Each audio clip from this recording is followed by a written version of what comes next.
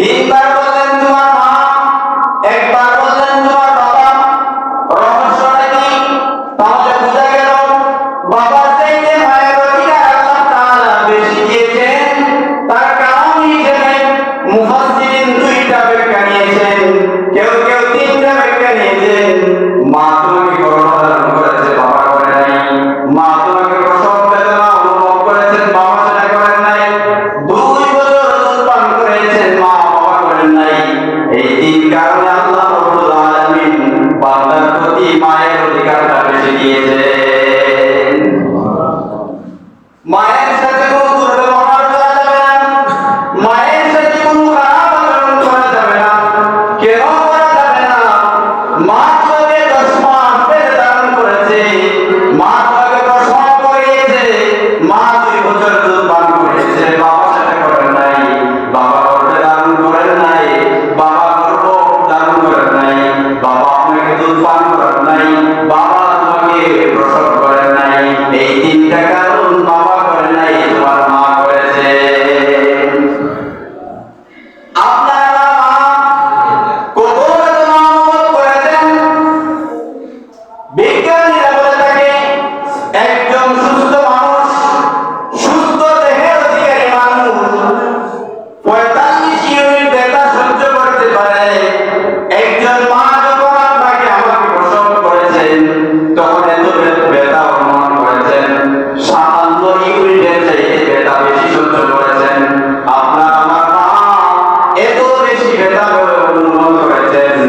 একজন সুস্থ মানুষ অ্যাক্সিডেন্ট হইলে তার দেহ থেকে যদি 20টা হাড্ডি একসাথে চুরমার হয়ে ভেঙে যায়, এই অনুমান যতটুকু ব্যথা অনুমান হয়, একজন মা তার সন্তানকে প্রসব করতে এর চাইতে বেশি ব্যথা অনুমান করেছে।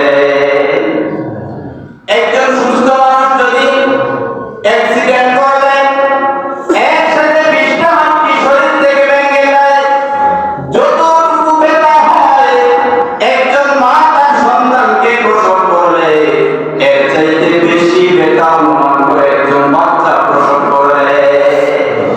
কত কষ্ট হয় মায়ের, একটা বার ভেবে দেখুন। একজন মানুষ যদি অ্যাক্সিডেন্ট করে একসাথে শরীরের 20টা হাড্ডি ভেঙে চুরমার হয়ে যায়, যতটা ব্যথা হয় মা তার সন্তানকে প্রসব করলে তার চাইতে বেশি ব্যথা হয়।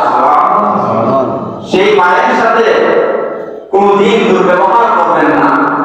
মা যারা বেঁচে আছেন ভালো আচরণ করবেন, মাকে সবচেয়ে বেশি প্রাধান্য দিবেন।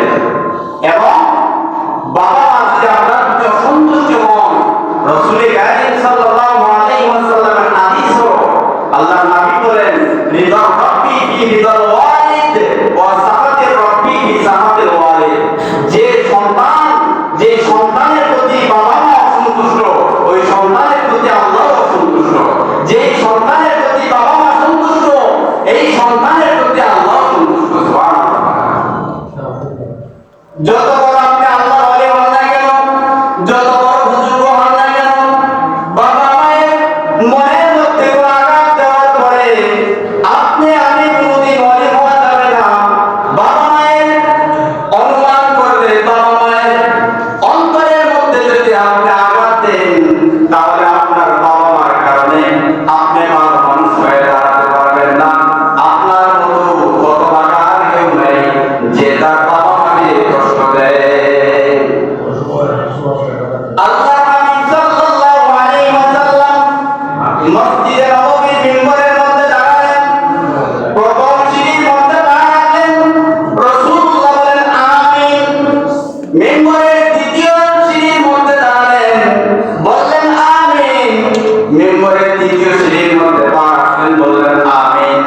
সাহাবীরা প্রশ্ন করলেন, ইয়া রাসূলুল্লাহ, ইয়া হাবিবাল্লাহ, ও নবীজি, আপনি মিম্বরের 3টা সিঁড়ির মধ্যে পা রাখলেন আর বললেন আমিন। ইয়া রাসূলুল্লাহ, ইয়া হাবিবাল্লাহ, আপনি এই মিম্বরের মধ্যে দাঁড়াইয়া আমিন আমিন আমিন বললেন কেন? আল্লাহ নবী বলেন, সাহাবীরা, আমি যখন মসজিদে নববীর মিম্বরের মধ্যে প্রথমবার আসলাম, জিবরাইল আলাইহিস সালাতু ওয়াস সালাম এসে আমাকে কানে কানে বলতে লাগলো, ইয়া রাসূলুল্লাহ, ইয়া হাবিবাল্লাহ, আপনি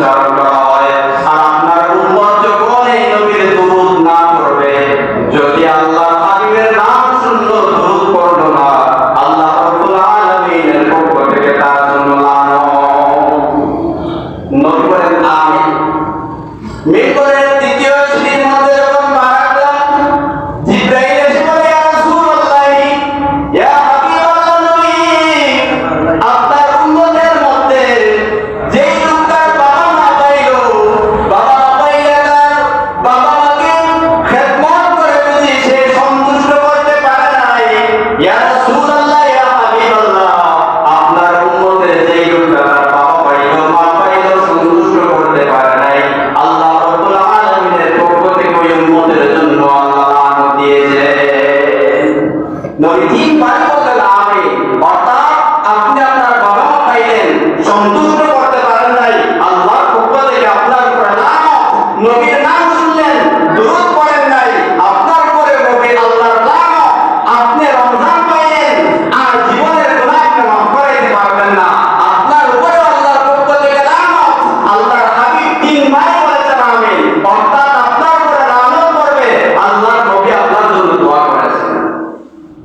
সুতরাং নবীর নাম শুনবেন, দুরূদ পড়বেন, বাবা মা থাকলে খেদমত করবেন, সন্তুষ্ট করবেন, এবং রমজান মাস আসলে ইবাদত বন্দেগী করে আপনি আল্লাহর কাছ থেকে মাফ চাইয়ে আপনার জীবনের গুনাহ মাফ করাইবেন। যদি এই তিনটা কাজ আপনি করতে না পারেন, তবে রাসূলুল্লাহ সাল্লাল্লাহু আলাইহি ওয়াসাল্লাম আমিন বলেছেন, আল্লাহর পক্ষ থেকে আপনার উপরে লানত বর্ষিত হবে। বাবা মার প্রতি আপনার ভালো আচরণ প্রয়োজন। আপনি যদি আপনার বাবা মাকে আপনি সন্তুষ্ট করতে পারেন না, মৃত্যুর সময় আপনার ঈমান নসিব হবে না, মৃত্যুর সময় আপনার মুখে কালিমা পড়তে পারবেন না, ঈমানদারি মরণ আপনার হবে না যদি আপনি আপনার বাবা মাকে সন্তুষ্ট করতে পারেন না। আল্লাহ হাবিবের এক সাহাবী ছিল, নাম তার আলকামা রাদিয়াল্লাহু তাআলা আনহু। এই সাহাবী যখন মৃত্যু শয্যার মধ্যে, তখন এই সাহাবীর ঘরের মধ্যে আল্লাহর হাবিবের অসংখ্য সাহাবায়ে কেরাম নাযিল হলো। আল্লাহর নবী ওই সাহাবী আলকামার ঘরের মধ্যে প্রবেশ করলো। আল্লাহর হাবিবের সাহাবী আলকামা মৃত্যু শয্যার মধ্যে হয়ে গেল, অথচ আল্লাহর নবীর সাহাবী ঈমান নসিব হয় না, কালিমা পড়ে মরণ হয় না, কালিমা পড়ে না। আল্লাহর হাবিবের কাছে সাহাবায়ে কেরাম গিয়ে বললেন, ইয়া রাসূলুল্লাহ, ও নবীজি, আপনার সাহাবী আলকামা মৃত্যু শয্যার মধ্যে কিন্তু কালিমা তার নসিব হয় না। ইয়া রাসূলুল্লাহ ইয়া হাবিবাল্লাহ, আপনার সাহাবী ঈমান নসিব হয় নাই। আল্লাহর হাবিব বললেন, ও আমার সাহাবীরা, আমার আলকামার সামনে চতুর্পাশে বসে বসে তোমরা কালিমার তালকিন দাও, আমার সাহাবীকে তোমরা তালকিন দাও, দেখো সে কালিমা পড়তে পারে কিনা। সাহাবীরা চতুর্পাশ ঘেরাও করে আলকামার চতুর্পাশে বসে বসে কালিমা পড়ে। আলকামার মুখ দ্বারা কালিমা বের হয় না। আল্লাহর হাবিব সাল্লাল্লাহু আলাইহি ওয়াসাল্লাম সাহাবীদেরকে বললেন, আলকামার স্ত্রীর কাছে যাও, গিয়ে বলো আলকামার ব্যাপারে তার সাক্ষ্য আনো, তার ব্যাপারে তাদের মন্তব্য নিয়ে আসো। আলকামার স্ত্রীকে ডাক দিয়ে বলে, আলকামার স্ত্রী তুমি শোনো, আলকামা কেমন ছিল তুমি বলো। আলকামার স্ত্রী ডাক দিয়ে বলে, ও নবীর সাহাবীরা, আল্লাহর নবীর সাহাবী আলকামা আমার স্বামী, তার মতো তাহাজ্জুদ গুজারি কেউ নাই, সে প্রত্যেকদিন তাহাজ্জুদ গুজার করে। সেই লোকটা এমন এক ভালো মানুষ, মনে হয় মদিনা মুনাওয়ারার মধ্যে একজন সাহাবীও তার মতো আর নাই। আল্লাহর হাবিব বলেন, তার মা বেঁচে আছে কিনা? আলকামার মা আসেনি। সাহাবীরা বললেন, ইয়া রাসূলুল্লাহ ইয়া হাবিবাল্লাহ, আলকামার মা এখনো দুনিয়ার মধ্যে আছে। আল্লাহর নবী সাল্লাল্লাহু আলাইহি ওয়াসাল্লাম সাহাবীদেরকে বললেন, আলকামার মায়ের কাছে যাও, গিয়ে আলকামার ব্যাপারে তাকে জিজ্ঞাসা করো। আলকামার মাকে গিয়ে বলা হলো, আলকামার মা, আলকামা কেমন লোক ছিল? আল্লাহর নবীর সাহাবী আলকামা কেমন লোক ছিল? আলকামার মা বলে, আমার আলকামা, আমার সন্তান আলকামার মতো ভালো মানুষ আর নাই, তাহাজ্জুদ গুজারি আর কেউ নাই। আলকামা অনেক ভালো মনের একজন মানুষ। আল্লাহর হাবিবের সাহাবীরা বলেন যে, আলকামা তোমার সাথে কেমন আচরণ করতো? আলকামার মাকে যেই মুহূর্তে বলা হলো তোমার সাথে কেমন আচরণ করতো, আলকামার মা চোখ বেয়ে বেয়ে কান্না করতে শুরু করে। আল্লাহর হাবিবের সাহাবী, আলকামা আমার সন্তান, কিন্তু আলকামা আমার সাথে ভালো আচরণ করে নাই, আলকামা আমার কথা শুনে নাই, আলকামা আমাকে কোনদিন আনন্দ দেয় নাই। আল্লাহর হাবিব সাল্লাল্লাহু আলাইহি ওয়াসাল্লাম আলকামার মাকে বললেন, আলকামা শোনো, আলকামার মা, আলকামা তোমার সন্তান, আলকামা যদিও অন্যায় করে থাকে, যদিও তোমাকে কষ্ট দিয়ে থাকে,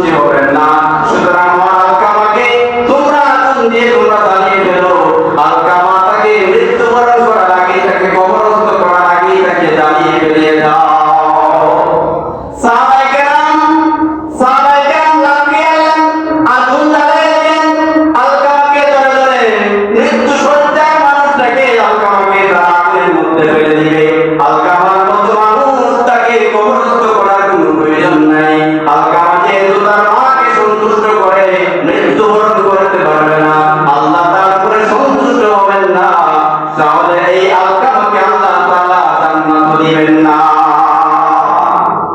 আল্লাহ নবী বলেন আলকামা আমার সাহাবী হয়ে যদি জান্নাতে যেতে না পারে, যদি তাকে জাহান্নামের মধ্যে নিক্ষেপ করে দেওয়া লাগে, তাহলে আমি নবী আমার নিজ হাতে তাকে আগুন দিয়ে জ্বালিয়ে ফেলবো। সাহাবায়ে কেরাম আগুন জ্বালিয়ে দিলেন, আলকামাকে আগুনে জ্বালিয়ে দিলেন। এমন সময় আলকামার নাম ডেকে ডেকে বলে, ইয়া রাসূলুল্লাহ, ইয়া হাবিবাল্লাহ, ও নবী, আলকামাকে আমি 10 মাস 10 দিন আমি পেটে ধারণ করেছি, 2টা বছর আমি দুধপান করিয়েছি, আমাকে যতই কষ্ট দিয়ে থাকুক না কেন, আমার আলকামাকে আমার সামনে আগুন দিয়ে জ্বালিয়ে দেবেন না। আল্লাহর হাবিব বলেন, আলকামার মা শুনো, যদি তোমার ছেলেকে যদি আগুন থেকে বাঁচাতে চাও, তাহলে তুমি তোমার ছেলেকে মাফ করে দাও, আর তুমি তোমার সন্তানের উপরে তুমি সন্তুষ্ট হয়ে যাও, না হলে আমার আল্লাহ রাব্বুল আলামিন তোমার সন্তানের উপরে আল্লাহ সন্তুষ্ট হবেন না। আলকামার মা এই কথা শুনে আল্লাহর হাবিবকে বলে, ইয়া রাসূলুল্লাহ, ইয়া হাবিবাল্লাহ, ও নবী, আমার সন্তানকে আমি ক্ষমা করে দিলাম, আমি আমার সন্তানের উপরে আমি সন্তুষ্ট হলাম, আপনি আমার আলকামার জন্য দোয়া করে দেন, আল্লাহ তাকে মাফ করে দেন। আল্লাহর হাবিবের সাহাবী আলকামার মা যখন তার সন্তানকে ক্ষমা করে দিলেন, আলকামা হেসে হেসে মুস্কি হাসে হেসে বলতে লাগলো, লা ইলাহা ইল্লাল্লাহ মুহাম্মাদুর রাসূলুল্লাহ। কালেমা পড়তে দেরি হয়, আলকামার মৃত্যু হতে দেরি হয় না। মায়ের অসন্তুষ্ট নিয়ে আলকামা নবীর সাহাবী হওয়া সত্ত্বে, আমরা তো আর নবীর সাহাবী না, নবীর সাহাবী হওয়া সত্ত্বে মাকে কষ্ট দেওয়ার কারণে কত বড় শাস্তি নবী দিয়েছেন। আর আমরা কোন জামানার মানুষ, যে জামানার সন্তান তার বাবাকে কেটে ফেলে, সন্তান তার মাকে কষ্ট দেয়, সন্তান তার মাকে কষ্ট দেয়, লাথি মেরে দেয়, মারধর করে, এবং সন্তানও আমাদের মধ্যে গোলামের সন্তান আছে না নাই? অবশ্যই আছে। যে যুগে সাহাবীরা সাহাবী পর্যন্ত রাসূলের সাহাবী হওয়া সত্ত্বে, নবীর সাহাবী হওয়া সত্ত্বে সে রেহাই পায় নাই, আমরা যে জামানার মধ্যে সন্তান তার বাবাকে কষ্ট দেয়, সন্তান তার মাকে জ্বালাতন করে, এই জামানার মানুষ হয়ে আমরা কেমনে মা বাবাকে অসন্তুষ্টি করে আমরা জান্নাতে যাব? প্রশ্নই আসে না। তাহলে বাবা মা সন্তুষ্টির প্রয়োজন আছে। বাবা মাকে আপনারা তার বৃদ্ধ হয়ে গেছেন, প্রশ্ন করতে পারেন যে আমার তো বাবা নাই মা নাই, কি করবো? অনেকেই এরকম আছে, যদি আপনার বাবা না থাকে মা না থাকে, বৃদ্ধ হয়ে গেছেন, আপনার বাবা মারা গেছে, আপনি আপনার বাবাকে অতিরিক্ত পরিমাণ জ্বালাইছেন, এমন লোকও আছেন যে লোকটা তার বাবাকে কষ্ট দিয়েছে, বাবা হাইতে পারে নাই, বাবাকে আপনি অসন্তুষ্টি করতে পারেন নাই, এই লোকটা আজকে আপনার বাবা নাই, আপনি কি করবেন? প্রশ্ন থেকে যায়। আপনার করণীয় হলো আপনি আপনার বাবার কবর জিয়ারত করবেন এবং আপনার বাবার জন্য বেশি পরিমাণে দোয়া করবেন, এবং আপনার বাবার বন্ধু বান্ধব যারা আছে তাদেরকে আপনি সন্তুষ্টি করবেন। কথাটা বুঝেন নাই? তাহলে আমরা যারা বাবাকে কষ্ট দিয়েছেন, মাকে কষ্ট দিয়েছেন, মাফ চাইবেন, যাদের নাই আপনারা কবর জিয়ারত করবেন। আল্লাহর হাবিবের হাদিস হলো, যে লোকটা তার বাবা মার কবরের পাশে গিয়ে বাবার জন্য মায়ের জন্য চোখের পানি ছেড়ে তার জন্য ক্ষমা চায়, আল্লাহর হাবিব বলেন এই লোকটার চোখের পানি বের হতে দেরি হয়, আল্লাহ তার বাবা মাকে মাফ করতে দেরি হয়। তাহলে যার মা নাই, যার বাবা নাই, আপনারা আপনার বাবার কবরের পাশে গিয়ে দোয়া করবেন, এবং আপনার বাবার যদি কোনো লোক বন্ধু বান্ধব ভাই আত্মীয় স্বজন কেউ বেঁচে থাকে, তার সাথে ভালো আচরণ করবেন। আশা করা যায় আল্লাহ তাআলা আপনার উপর সন্তুষ্টি থাকবে। আর যাদের বাবা মা আছে, যুবকদেরকে বেশি পরিমাণে বলি, বাবাকে কষ্ট দিও না, মাকে কষ্ট দিও না, জীবনে সফল হতে পারবে না। জীবনে যারাই সফল হয়েছে, বাবাকে সন্তুষ্ট করে, মাকে সন্তুষ্ট করে, তারাই সফল হয়েছে। আর যারা তার বাবাকে কষ্ট দিয়েছে, মাকে কষ্ট দিয়েছে, জিল্লতির জীবন ছাড়া ভিন্ন কোনো জিনিস সে পায় না। চিন্তা করে দেখেন একবার, বনী ইসরাইলের আল্লাহ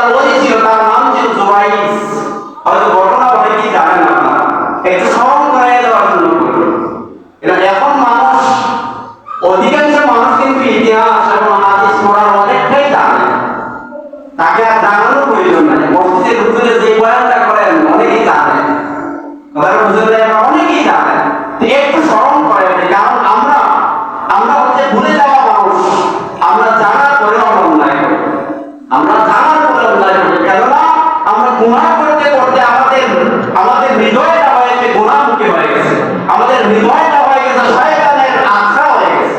এজন্য আমরা জানার পরেও আমরা গুনাহ। বাবা মাকে কষ্ট দিলে আল্লাহ সন্তুষ্টি হবেন না, এটা কে না জানে, সবাই জানে। তারপরেও অনেক বুড়া মানুষ আছে, অনেক বুড়ি মানুষ আছে, সন্তান তাকে খাবার দেয় না, সন্তান তাকে দেখাশোনা করে না, এমন সন্তান আছে। তাহলে এত বাংলাদেশে এখন এত বেশি ওয়াজ মাহফিল হয়, প্রত্যেকটা গ্রামে গঞ্জে শহরে বন্দরে সব জায়গায় ওয়াজ মাহফিল হয়, কোরআন হাদিসের বাণী মানুষের কাছে পৌঁছে দেওয়া হয়। তাহলে এই হতভাগা মা বাবা কেন তারা অসহায় হয়ে পড়বে? সন্তানকে তার বাবা মাকে সাহায্য করবে না, খেদমত করবে না। এত বেশি ওয়াজ মাহফিল থাকার পরে অসহায় বাবা মা এই সহযোগিতা খেদমত কেন সন্তান করে না? প্রশ্ন আসে না আপনাদের অনেক সময়? একবার প্রশ্ন করে দেখেন, বিবেক কি আপনার বিবেক, আল্লাহ তাআলা প্রত্যেকটা মানুষকে বিবেক দিয়েছেন।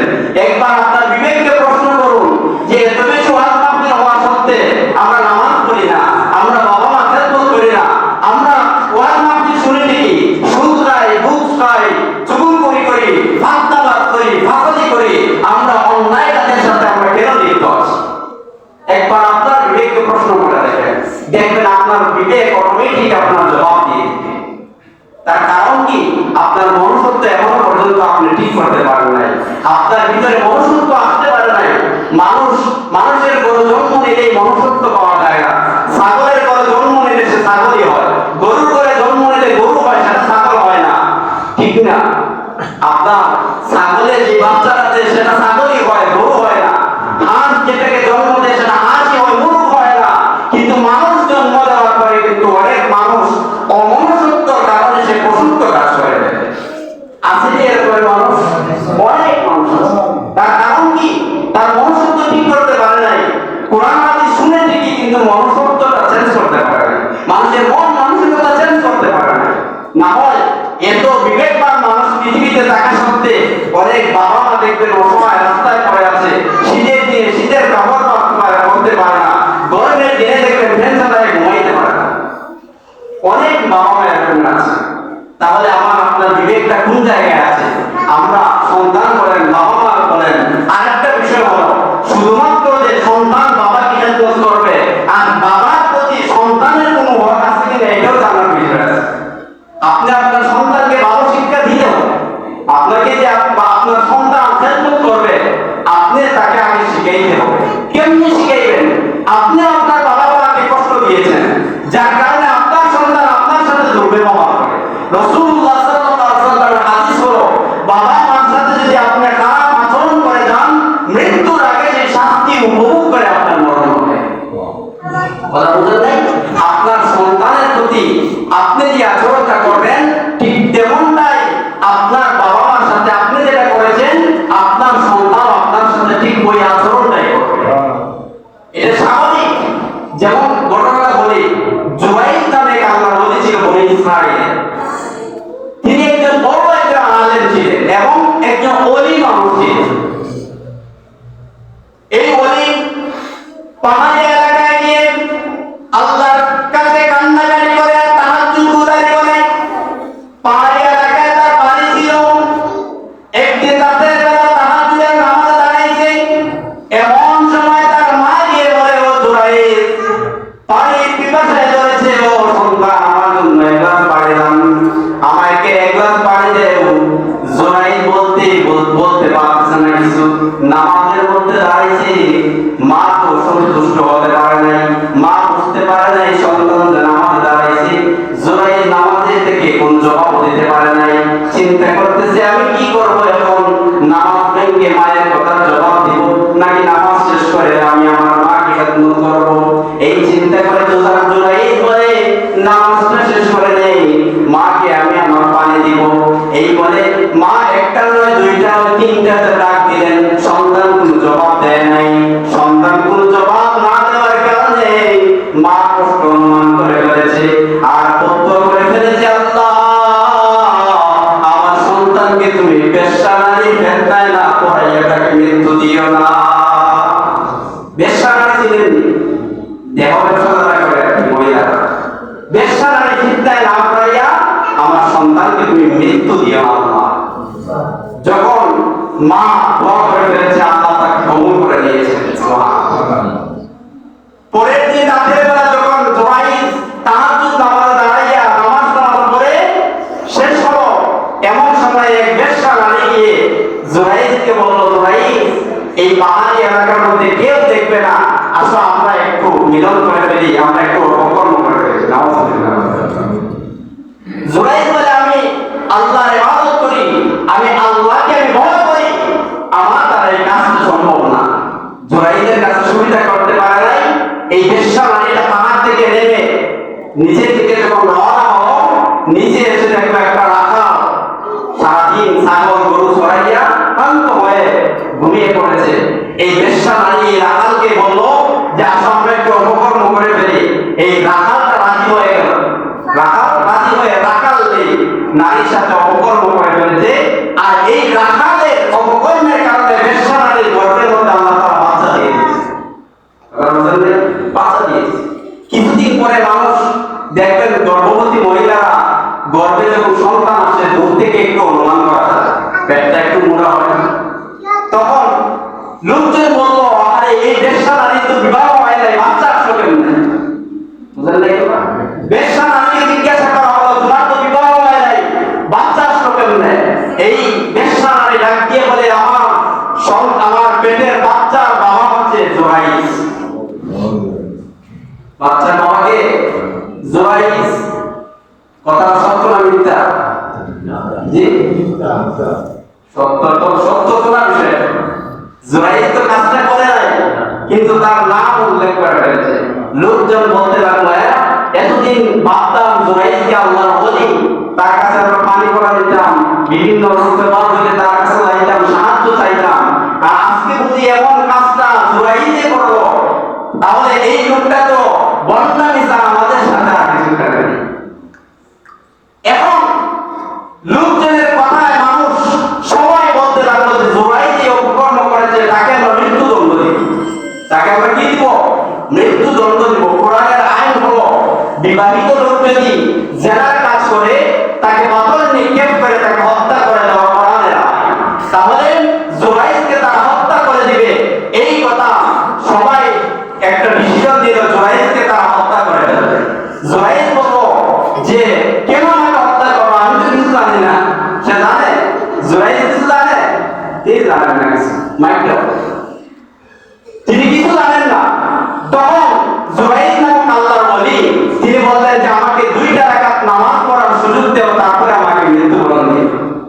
জুরাইজ আল্লাহর কাছে 2 রাকাত নামাজ পড়ে চোখের পানি ছেড়ে ছেড়ে বলে, আল্লাহ তুমি যদি এক হও, আর তুমি যদি পৃথিবীতে চালাও, তুমি যদি মানুষকে চালাও, তুমি যদি সৃষ্টিকর্তা হয়ে থাকো, তাহলে এই বেশ্যা নারীর গর্ভের মধ্যে যে সন্তানটা আছে, তুমি এই সন্তানকে আমি একটা প্রশ্ন করব, যদি তুমি একরকম হয়ে থাকো তাহলে এই বেশ্যা নারীর গর্ভের সন্তানের জবান বলে দিও, আমি তার প্রশ্ন করব, সে যেন আমার জবাবটা দেয়।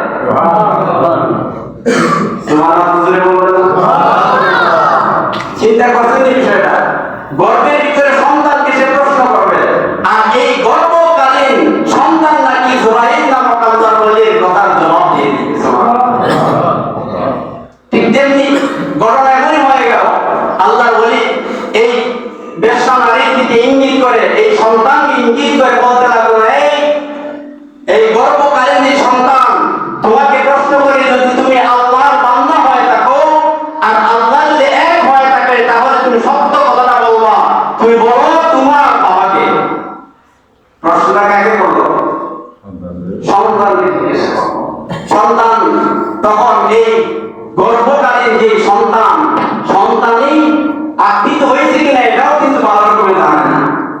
জুরাইজ এটাও ভালো করে জানে না যে সন্তানের আকৃতি হয়েছে কিনা, সেটাও জানে না, কিন্তু প্রশ্ন করে ফেলেছে।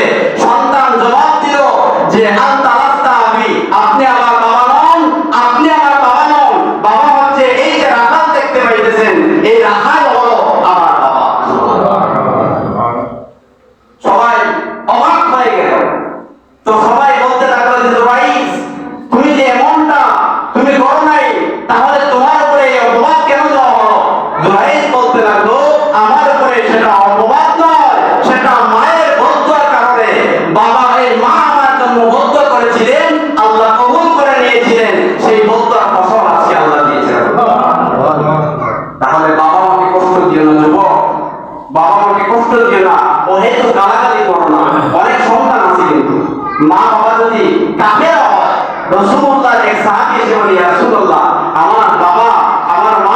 মুশরিক।